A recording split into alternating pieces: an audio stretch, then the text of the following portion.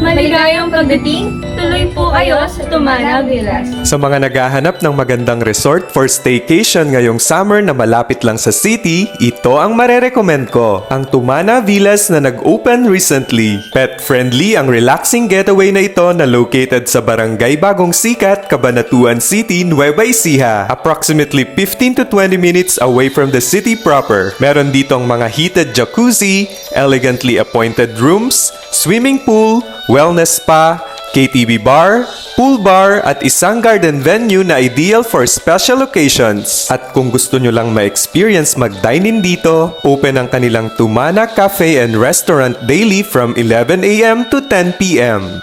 Maligayang pagdating, welcome po kayo sa Tumana Cafe and Restaurant. From Thursday to Sunday at 6:30 to 9:30 p.m. meron sila ditong live acoustic performances.